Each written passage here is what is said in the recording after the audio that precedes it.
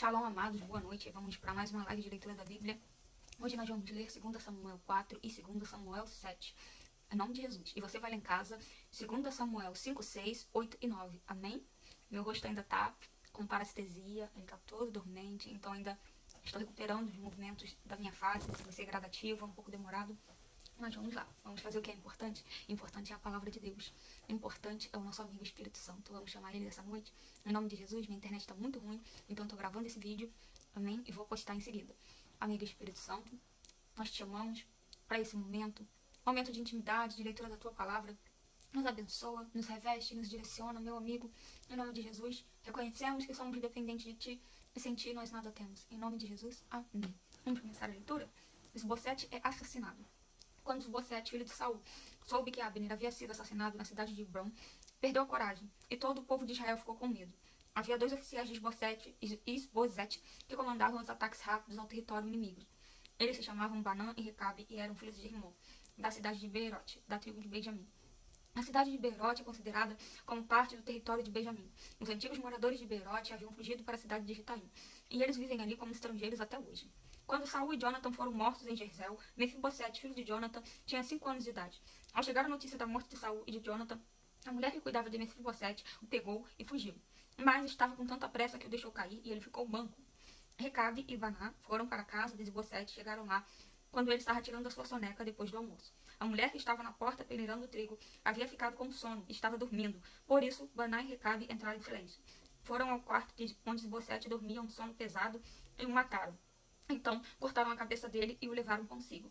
Eles caminharam a noite toda pelo vale do rio Jordão. Quando chegaram a Hebrom, mostraram a cabeça de Esbocete ao rei Davi e disseram: Aqui está a cabeça de Esbocete, filho do seu inimigo Saul, que queria matá-lo. Hoje o Senhor Deus vingou o rei, meu senhor, de Saul e dos seus descendentes.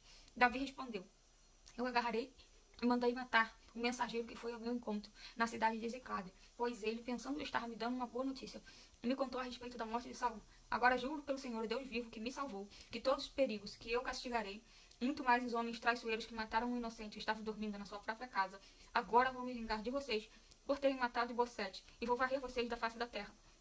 Então Davi deu ordem aos seus soldados, mataram Recabe e Baná. Depois cortaram as mãos e os pés deles e penduraram perto da represa de Hebrom. E pegaram a cabeça de Esbocete e sepultaram no túmulo de Abner em Hebrom. Deixa eu te falar uma coisa essa noite, que veio aqui enquanto eu fazia essa leitura. Em nome de Jesus. Toma cuidado nas confusões que você se mete. Toma cuidado quando você toma partido de alguém. Isso é muito complicado. Isso é muito difícil. Por quê? Todas as pessoas que foram contra Saul, achando que estavam agradando Davi, foram vingados. Porque a briga era de rei para rei. Rei Davi e rei Saul.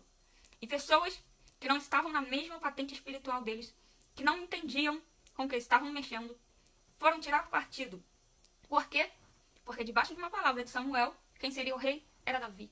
Mas às vezes, já existe uma palavra proferida no mundo espiritual a respeito de uma causa. Isso não significa que você tem que pôr a sua mão, nem se meter em problemas que Deus não te mandou se levantar, não te mandou meter a mão. Quando a gente mete a mão em problemas que não são nossos e que Deus não mandou, é diferente quando Deus fala contigo. Por isso a importância de ouvir a voz do Espírito Santo, ouvir a voz de Deus.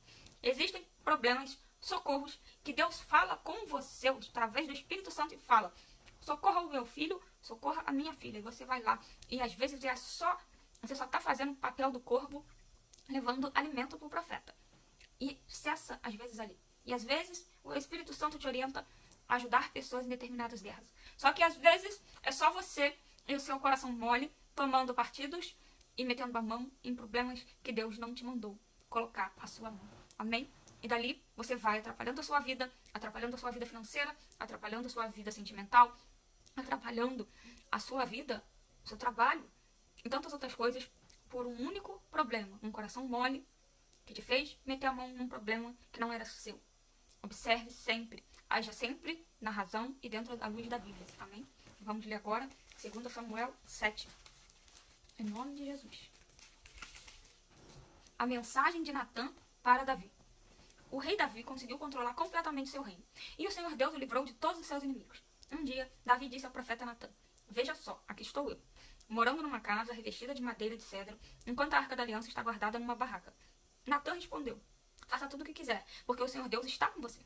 Mas naquela noite, o Senhor disse a Natã, vai e diga ao meu servo Davi, que eu mandei dizer o seguinte, não é você a pessoa que deve construir um templo para eu morar nele. Desde que eu tirei do Egito, o povo de Israel, e até hoje, não tenho morado em nenhum templo. Tenho viajado morando numa barraca. Em todas as minhas viagens com o povo de Israel, nunca perguntei aos líderes que escolhi por que razão eles não construíram para mim um templo revestido de cedro.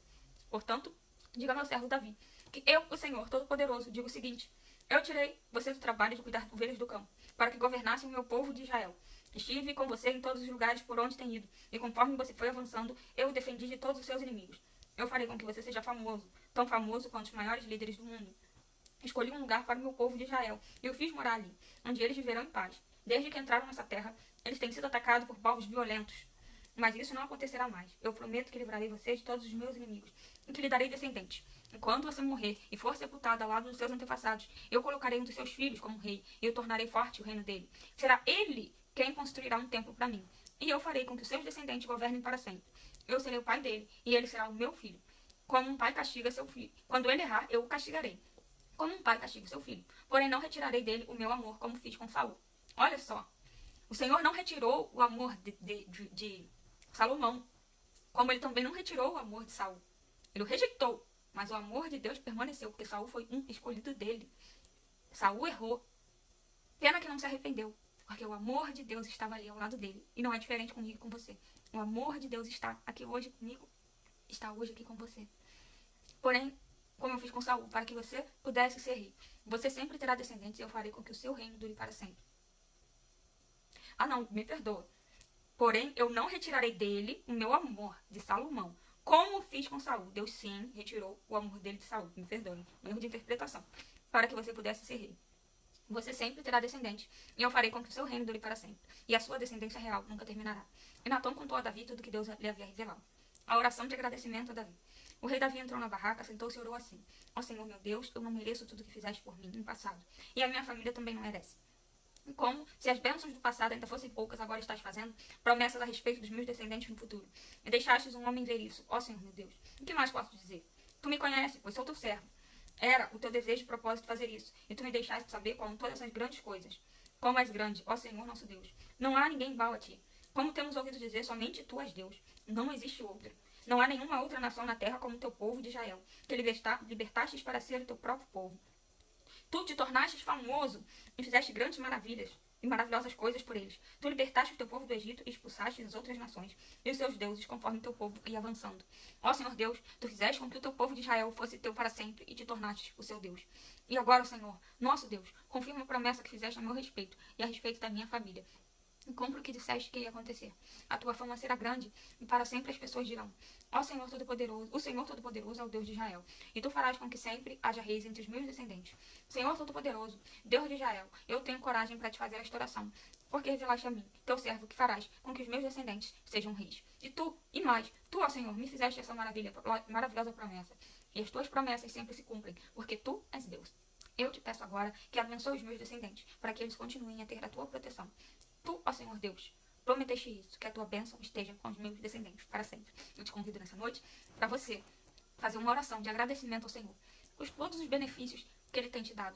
Pode ser que você esteja vivendo em algum momento de dificuldade, mas é impossível que não tenha absolutamente nada que você não possa agradecer a Deus por você ter saúde, por você ter acordado vivo, por você ter um emprego, por você ter o pão na sua mesa, porque você tem perna, você tem braço, você anda, você enxerga, você respira, você tem boca, você tem seus dentes. Existe algo que você precisa agradecer a Deus. Que o espírito de ingratidão saia da sua vida nessa noite, em nome de Jesus, e que o Senhor traga à sua memória tantas coisas, tantos benefícios, tantos livramentos que Ele te deu. Faça uma oração de gratidão, porque em tudo Deus é bom, e até nas coisas ruins, até nas coisas duras que nos acontecem. Deus está agindo, está nos moldando, está nos tratando. Numa perca, Deus está te ensinando a perder. Num ganho, Deus está te ensinando a ganhar. Numa desavença, Deus está te ensinando o autocontrole. Em tudo que acontece na vida daquele que crê em Deus, Ele está se movendo, Ele está trabalhando e Ele está te moldando. Amém? Fica com essa palavra nessa noite. Em nome de Jesus. Shalom Adonai.